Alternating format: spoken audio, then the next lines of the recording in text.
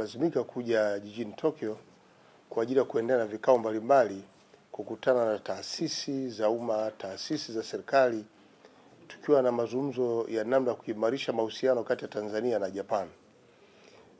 Kuanzia tarehe 27 tumeendelea kukutana na taasisi mbalimbali.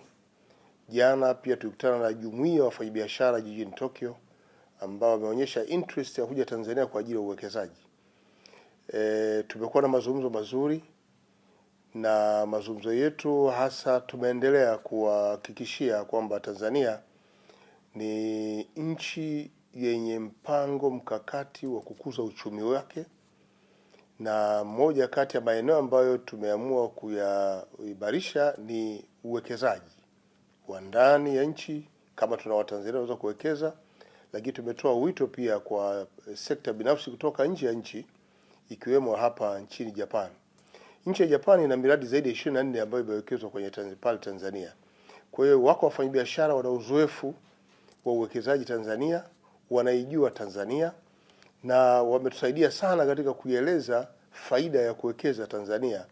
Moja, Tanzania ni nchi ya kimkakati kibiashara, kwa sababu mbali ya nchi yenyewe kuwa na wananchi wa Tanzania zaidi ya milioni 61 kama soko, lakini pia tuna soko la wakazi wa Afrika Mashariki, tuna soko la wakazi wa nchi za kusini mwa bara Afrika, lakini kuna mpango wa Umoja wa Mataifa wa uhuru wa kufanya biashara kwenye bara la Afrika. Yote hiyo inapelekea Tanzania kuwa sehemu kimbilio, lakini ndio eneo mahiri la kupata bidhaa za aina zote.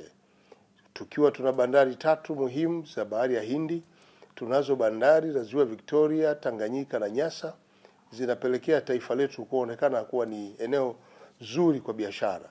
Lakini muhimu zaidi ni kuwa na njia ya usafirishaji ya reli, njia ambayo inakatiza kutoka Dar es Salaam kwenda magharibi mwa Tanzania na kanda ya ziwa.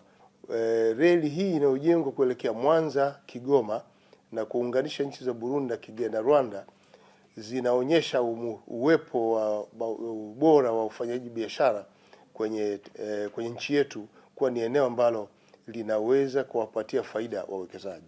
Kwa hivyo vikao vyetu tumeendelea jana na leo, tumeendelea kukutana na jumuiya za wafanyabiashara ambao tumehamasisha uwekezaji kwenye maeneo yetu. Moja kati ya maeneo ambayo tunatoa wito wa kuwekeza ni kwenye viwanda, ili tuweze kuzalisha bidhaa nyingi ziweze kutosheleza ndani ya nchi na kuuza nje ya nchi, na bei itakuwa nafuu. Lakini pia uimarishaji wa sekta ya kilimo kwa mkakati tulionao wa kutaka Tanzania iwe ndio sehemu kimbilio kwa chakula kwa nchi zote zilizo jirani na Tanzania.